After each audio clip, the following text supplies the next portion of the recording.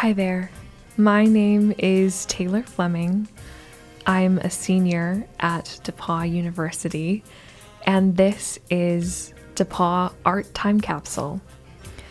There are going to be a lot of changes to the art scene at DePauw with the opening of DePauw's new creative school in the fall of 2024. So I want to talk to interesting and cool artists on this campus to get a sense of what art is like on DePauw's campus right now.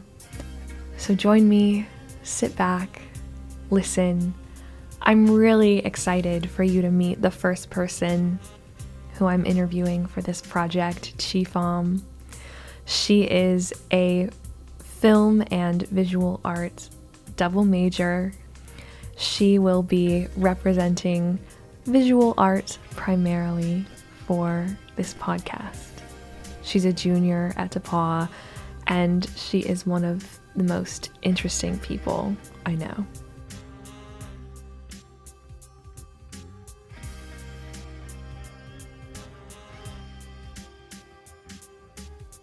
Hi, Chi. How are you today? Hi, Taylor. I'm doing fine today. How about you? I'm doing okay. How about you tell me what art culture is like here at DePauw? I'd say that we have a lot of like creative students. We obviously have a very robust theater and music programs, and we also have like a whole art building, and I even see like non-art majors very involved with theater, with film, with making art, submitting stuff, and we even have like a literary journal, which I've seen a good deal of like non-art major submissions. What about specifically visual art culture, since that's a space you're really active in? What is the visual art culture here at DePauw? I'd say that we have a pretty small art cohort. I'm a junior now. I believe that we have like 4 or 5 art majors, maybe 6. I don't know all of them.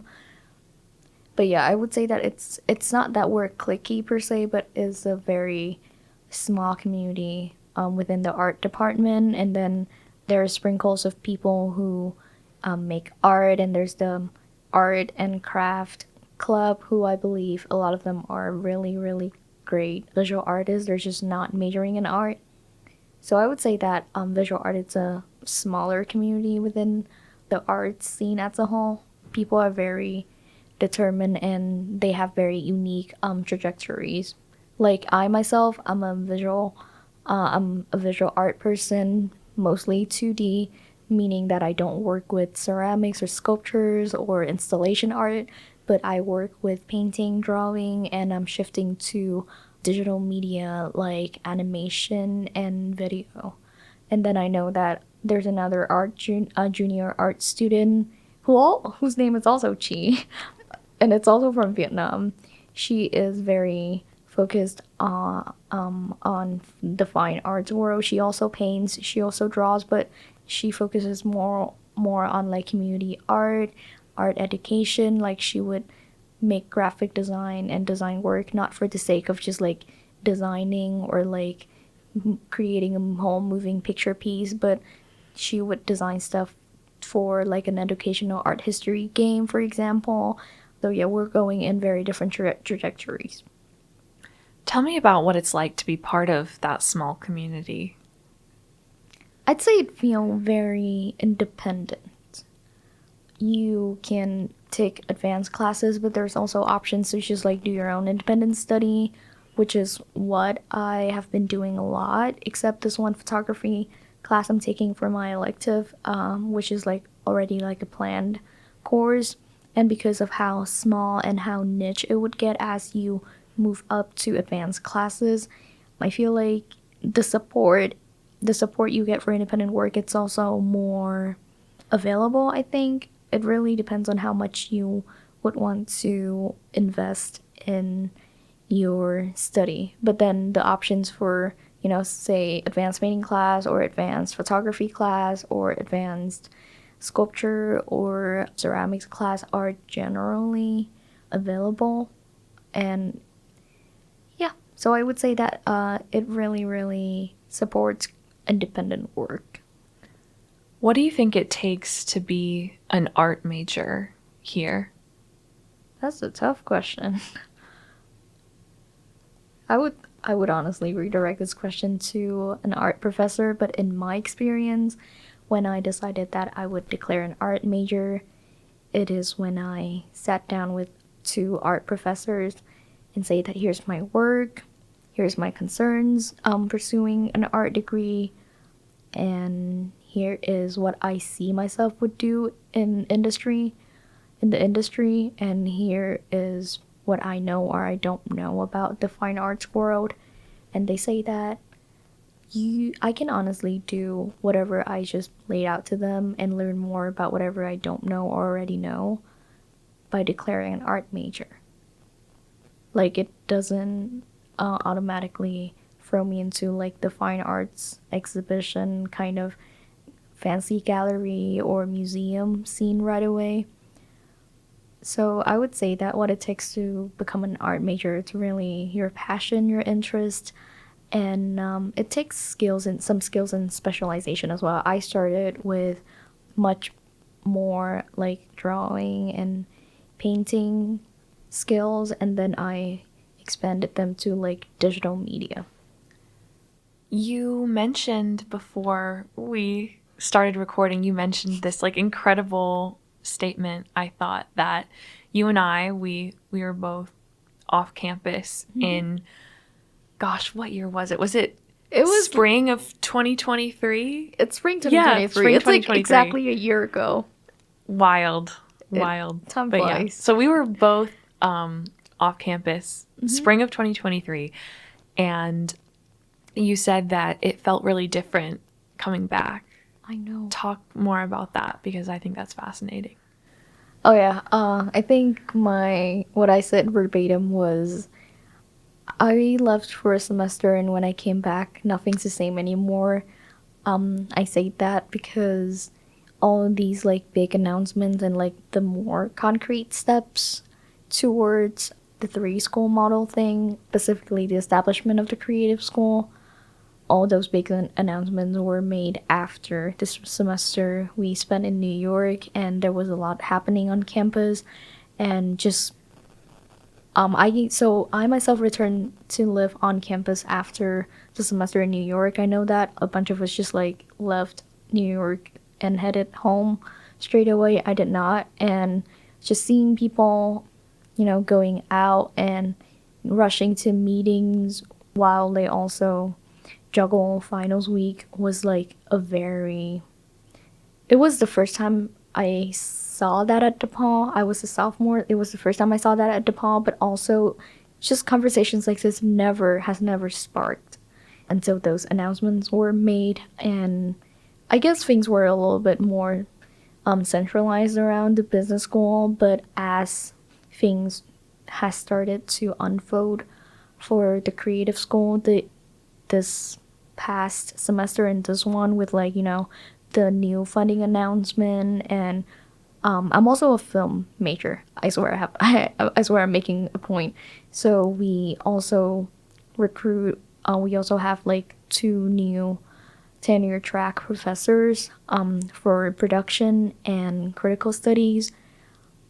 Small and new changes are coming, although they're a little bit slow. So I guess all those like big announcements and student reaction and the meetings and all the just all the big conversations coming with that, seeing all those after coming back from New York was very eye-opening to me, and I guess it was a moment for me to realize that okay, change it's coming and I can be part of the change. So I think that's how things been feeling to me. How are you approaching that, being part of the change? I feel encouraged but powerless. like, sure, change is coming, but we're still paying like a couple $100 for studio art lab fees. Change is coming, but the tungsten lights have been broken since November, and we have yet to have an update on when new equipment or even funding for them would be approved or shipped. Change is coming, but design classes are still, more of a theoretical plan than actual practical steps taken towards building a design studio. So I feel like I have a lot of power, as in like I can help out younger students. I can give them like a debrief of what's going on. I can tell them about a lot of my independent work and how the pre-creative school era of mine has helped my own trajectory a lot. And I personally am also tutoring one of the tutors for the Introduction to Digital Film class, a film production class. So like being able to like pursue all these opportunities and just maintaining my independent work, it's like a power that I feel I'm having. And also because of how small the community still is, I have a lot more chance to talk to the professor and like get to know what's going on and what's their plan supporting us going forward. So I guess that's like the power I'm feeling, knowing that like my art, my creations would contribute to the departments and just the overall art scene development. But it's also powerless because nobody really knows what's going on. Nobody can really give you a concrete answer. I'm not sure if this is like a matter of like adulting, or is it just like a more three school model specific phenomenon. But from what I've talked to people about, I think this is a more free school model specific thing. Like nobody really know what's going on, but everyone is getting something out of it. It's just that we don't know whether to credit it for the new changes, or the new changes are just not coming in timely enough, and we would still achieve those things without those said changes. Okay, I have one final question for you, which is, what are your hopes and your fears for the creative school? Because you're a junior, you'll be around for it. I won't. How are you feeling as a student who will still be around? Honestly, my biggest fear right now is to get funding for both of my senior capstone projects.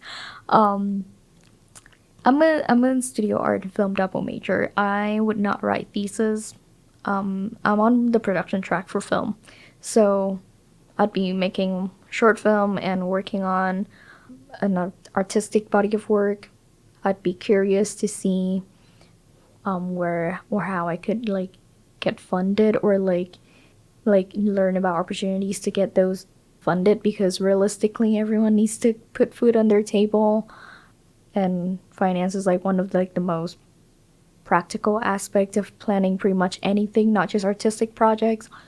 So that's like my biggest fear right now, because I had known that previous film majors have had to set up GoFundMes and put their own money into their production.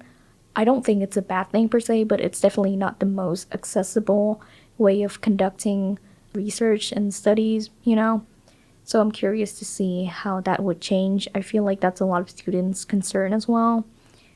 And my biggest hope, and I guess my most certain one, is that I will continue to do whatever I'm doing right now, as in like great independent study and mentorship and advising from my professors, and just working on my own project, and knowing that I would have equipment or like people to ask for help and ask for feedback, and time dedicated to support my projects and passion. Thank you for talking to me today, Chi. It's been a joy to hear your perspective. You're very welcome.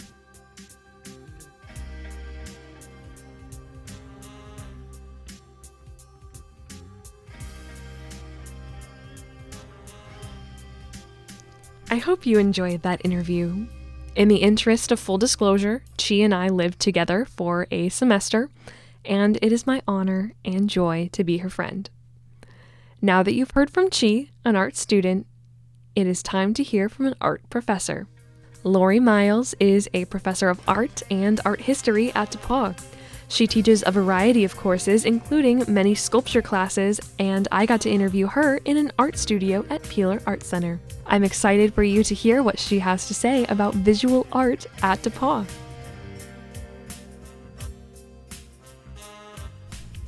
Why don't we get started? First, can you tell me about the classes you teach here at DePauw and the mediums that you teach students? You bet. My name is Lori Miles, and I teach in the Department of Art and Art History. My concentration is sculpture, but like all of my colleagues in art history and studio art and design studies, which is one of the new majors we'll probably talk about today, we teach all ranges of coursework in our subfield. So everything from first year seminar to senior seminar. So that'll be introductory courses. That's about half of our course load usually. And then each of the studio faculty and our history faculty teach a rotating intermediate and advanced level of courses that are thematic or topics, kind of topic based. And rare occasion, some of us teach outside of our subfield, but mostly within sculpture. I am interested in that new major you mentioned. Can you tell me more about design studies and what that's going to look like? Design studies is a new major, I think officially launches in the fall, but we do have a group of students who've already declared that major. And it's currently supported by a professor that's a year-to-year contract called the Boswell Distinguished Professorship. So, brand new major. Like, we have not graduated our first group of students yet, and we're still building the curriculum and the staff, figuring out staffing. It started, we've always in the art department talked about the possibility of offering some kind of design courses, and at different times, depending on faculty expertise, that is one of the areas we have offered coursework in, but never a minor or a major. So, for instance, years ago, when I came like 20 years ago, painting instructor would offer some courses in two-dimensional design, and the ceramic instructor at the time would offer 3D design. But they were different. Those were, I think in the studio art discipline, we call them design, but they were really like foundations courses for other things. So the naming has been weird. Most people would know the study as like graphic design, but that's an odd term. It's a dated term. It sounds like Mad Men or something from like in 1960s. But a lot of, there's been many reasons why it's been a fussy thing. But, we decided on calling it design studies because we definitely wanted to have, as a department, if we were going to house this program and support that colleague, we wanted it to be able to be integrated in what we already do and our teaching philosophies in the department. And by that I mean there are graphic design programs or like visual communication programs that are much more professionally track-minded, where a student would learn, for instance, like font design, which is a cool thing to know, but we're hoping to develop a major that, again, aligned with like a liberal arts approach to design.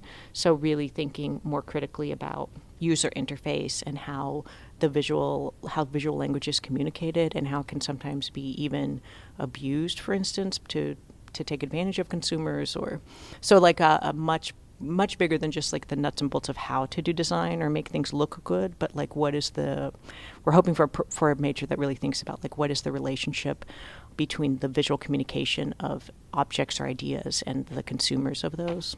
That's what our hope is, but it's so new I can't tell you. What do you think it takes to be an art major at DePauw? So many of the things that would apply for our art students would apply for all our majors. And obviously at this point, I didn't go to a liberal arts school, but I'm definitely I've drank the Kool-Aid, so to speak, for sure. I think our students who major in studio art or art history and hopefully in design studies potentially do have some traits in common.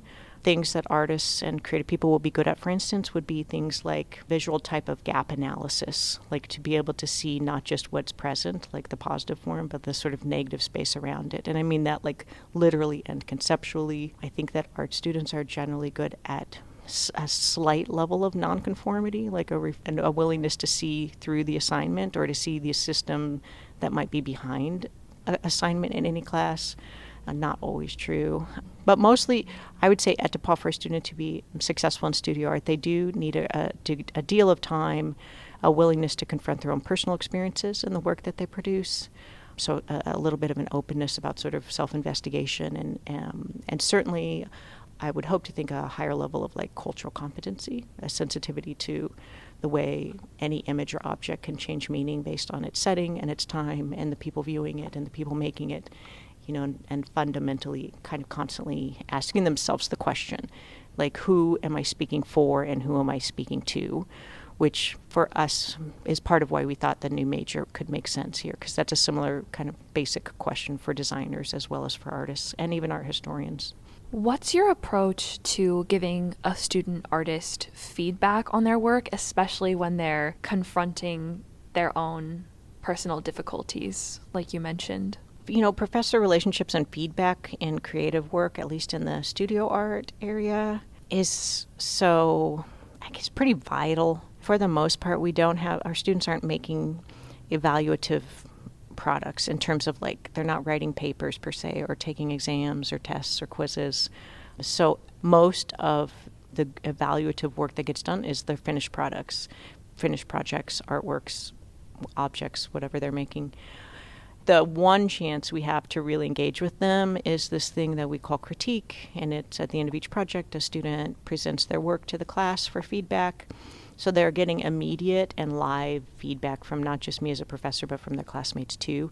It's really the most important skill I think that we teach our students, is this idea that you can, in fact, present ideas, not necessarily 100% finished even, but right for continuous feedback, and that you can feel confident enough to do it in person, in real time, and not on a website or on a piece of paper that's sort of turned back to you upside down and you never get to talk to your professor about it. So it's a sensitive thing to help students get comfortable with that. And I do think that one of our more recent goals, I would say, in the art department is to think about that in terms of ableism and other things, right? Like how are we making sure that the critique space is a space that doesn't just reward the most extroverted or the most like unharmed or vocal of our students.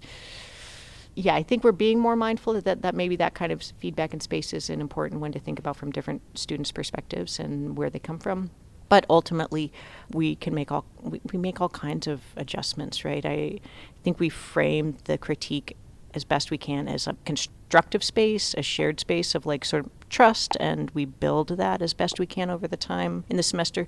Students aren't as revealing as I think most people might think. That's one other thing. They do tend to grow into that as they get more comfortable. So it isn't often that a brand new student to the discipline is going to immediately sort of tell us things that are, or reveal things about themselves that are difficult to navigate, but it can come up later, especially by like senior year when they're making a body of work. I guess I don't really answer your question so much, but I think for me, the idea of feedback, I can evaluate whether or not they met the basic craft-based or technical-based criteria of a project, but I think the real challenge in a small school like this is to make sure each student recognizes like whatever their subset of strengths and weaknesses are. It's not that we want one universal outcome for those or like a universal like everyone should be better at this or be less vocal, whatever the trait is, but that they each begin to see where their own strengths and weaknesses are and they work towards the strengths and they learn how to just sort of ignore weaknesses. But it does mean you'll end up with a really by like an upper level sculpture class, the approaches, the methods, the materials, the rationale for making are all wildly different, right? So that's where I think the idea of feedback becomes pretty important as like a one-on-one, more personal kind of endeavor. I am a mean critiquer sometimes. I have made people cry, but I only do it. I mean, I'm always glad when they cry because honestly, at least I know they care, and that's exciting. And some kids are just criers, but I like to think that that's a chance to like remind them over and over again. Like if I just tell every student, I think this is great, I think this is really lovely, nice job, what I'm also telling them is I think this is the best you can do. And so for me, I think there's a responsibility to keep pushing them, no matter how great they are, to keep challenging them and keep having them ask questions of themselves in their work and their practice all the way, through adulthood, because that's still what we have to do, is keep asking ourselves like the tough questions. So in another way, I think like a tough critique is actually a service to the student. Like it really does say to them, I know you can do more than this, or I know you can do better than this, or I know you can push farther than this. That's what I think. How do you help students take their work from one individual piece to an entire display, like the senior art exhibition that is on display in Peeler Art Gallery at the time of recording? A lot of it is already built into the curriculum, so that's the easiest part.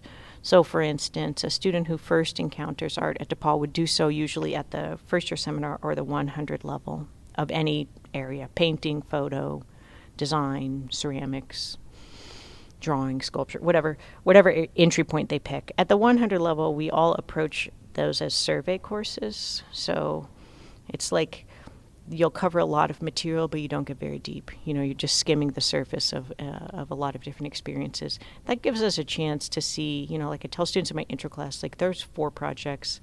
One of them you're going to be miserable at, and one of them you're going to be excellent at. That doesn't tell us anything about you. Like it's not a qualifier about you as a human being or like what a good student you are. It just means like that tells me what kind of practice you want to have as an artist. Like, if you really love craft and making things, then you're going to love the woodworking project. But if you like thinking and conceptual, then the projects towards the end that are mixed media would be more interesting to you. If you're really conformist and like tight, then you'll like, working with wire and rendering things from life. Every project just tells me something different about the student and what direction they're likely to go. So I have them think of it that way, and kind of already start at that level to think about the projects as a way to know yourself and know yourself as an artist instead of evaluate yourself as a person. Like, am I good at art or not is a useless question. But to say, do I prefer projects that require a lot of skill, or do I like projects that are much looser and conceptual and performative? Like, those are good questions to be thinking instead of like, oh, I'm bad at this or good at that. So the intro level is a broad survey. That's true for all of our areas. The 200 and 300 levels we still start often at the beginning, but we can dig deeper. So it's a smaller subset of information or topics to discuss, but we go deeper into it, whether that's technical or conceptual, however the professor chooses. So I would say like over time, students sort of build their own understanding of self through the curriculum, and that's really good. I mean, we're lucky at a small school. Geez, we only have like, I don't know what's happened. Since COVID, our number of majors has dropped uncomfortably. So this year we have 5 studio art majors. I think at our height we had 19 in one year. I think our most comfortable level is 12. What I'm saying about that is a good question. It means I get all kinds of time with those kids. It means our majors can ask for an incredible amount of support and resources, access to facilities. It's kind of like an embarrassment of riches for them. And that goes beyond like their time here. They also get our attention and our time into their careers, whether that's like 10 years out and they decide they're ready for a shift and they need a boost, a professional support or an emotional support. So we get to just keep close contact with them too. So I think that helps a lot. I would say most of the credit has to go to the students who increasingly, as you take more coursework, just like in any major, they just want to do better, right? They want their work to mean more and to be more and to say more. We do have the 2-semester senior seminar sequence. I do think that helps our seniors with developing a body of work, because you're right, that's the biggest jump, is to go from all the classes that are assignment-based, like your professor tells you more or less what topic to take on or what material to use, to suddenly being like going from an art student to an artist. And that's what happens like that senior year. They have to think, I just have to decide I'd have to decide what I'm talking about, what materials I'm using to communicate that. Like, and I have to do it in a way that makes a cohesive group of work, not just as a one-off or like a one-hit. But most of the credit has to go to them. They just do. They just get there. I have one final question for you here. This is the question that I've been ending every interview in this podcast series with, which is, There's a lot of changes coming up for the art world at DePauw. Do you have any fears and hopes for the creative school that you are willing to share? I have one fear, which is funny. I guess I'll just say it. I worry that the idea of the creative school was less a true interest in unifying, solidifying, and supporting the idea of the creative work of students at DePauw, and more of like business school plus one, and then we need some other reason to support those changes. I worry that this was in service of a truer goal, maybe, which was to bring about a school of business and leadership. So in that respect, there's this phrase I was looking up, Potemkin Village, which is like a fake village, and you'll have to get the correct definition, because as an artist, I only ever think about my own interpretation of a thing. I'm only loosely attached to reality. But as I remember the phrase, there was like some group of people coming into a country, and the locals would build this facade of a village, and then they'd quickly disassemble it and move it farther down so that the people on the boat would think like this was a really great, fabulous countryside populated with these beautiful buildings. And so it was really just this sort of facade being put on for them, like a performance. I guess I do worry about that. I'm back and forth about it, because I also see the real possibility if this was real. Like if it wasn't just a facade, right? And we all just weren't going to end up doing the same things we've already been doing, good and bad, but not providing actual like intersectional experience for students and faculty. I would be heartbroken. But it could also be really great. Like I really do think all the time, like what would it mean if our students could agilely move between and within the creative disciplines? Like what would it mean actually if a student, even from an outside major, like take an econ student, but what if they could actually meaningfully participate in some kind of creative work that informed their own work, like in their senior year? Like that would actually be really cool.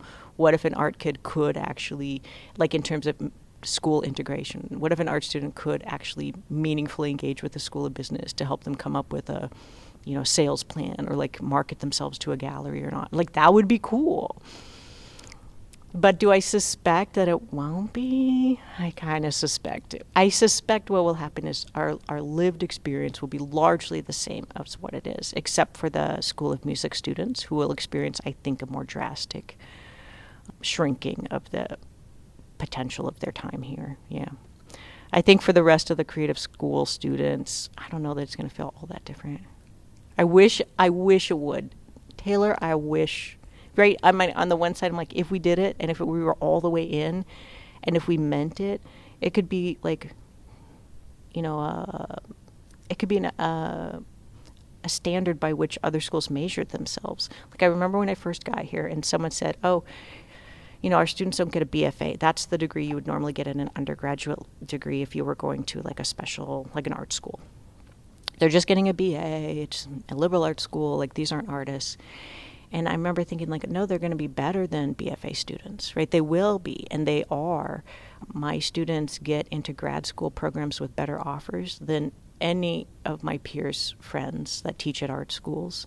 And I really believe that they do it because they have more time with faculty to help prepare for those things, but mostly also, frankly, they're really good writers. They're really good speakers. All the things we promise a liberal arts student when they think about coming here, they become.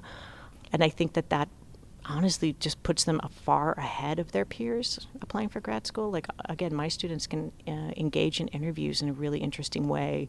They have a broad range of knowledge that they can tap into when they're trying to come up with ideas. So in terms of like personal maturity, they're not just relying on their lived experience for their art inspiration. Like they have connections that they've been making between all these other things they've been studying. And man, can they write an artist statement, and a cover letter, and it'll just knock people out of the park. So, or knock people out of the water. I'm not good with sayings anyway. I think that the potential would be there for us to actually be like a template for other people trying to figure out how to stop segregating creative work outside of what the rest of the disciplines do, and stop thinking of it as like the extra thing that we do. I think it could be the whole thing. I think it's the dark horse in the race. I think it could blow the School of Business and Leadership enrollment out of the water, actually. And I think it's timely because your generation they're not the same as the past. Like, they really see all of the opportunities. I think they're naturally more creative. I think they're intuitively more curious about the way the visual world is put together. I don't know. I just think the time could be right to recognize that it's more than just the extra thing that we do, but it might be the whole thing that we do.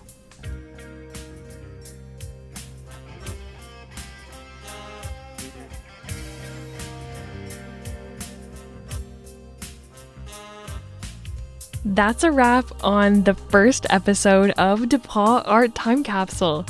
Thank you for listening, and I hope you'll continue on with the rest of the series. In each episode, I interview a student and a faculty member about their discipline and the way it works at DePaul University. I want this to serve as an audio time capsule so that people will have a basis for comparison between art now and art after the creative school officially opens. But I think that people now also deserve to think about what my lovely interview guests have said. In the next episode, we will be switching gears to performance art. You'll hear interviews with Cole Stephen and Professor Susan Anthony to represent DePaul Theater. Have a good one. The music for this podcast is Purple Planet Music. You heard DePaul Art Time Capsule, a podcast by Taylor Fleming.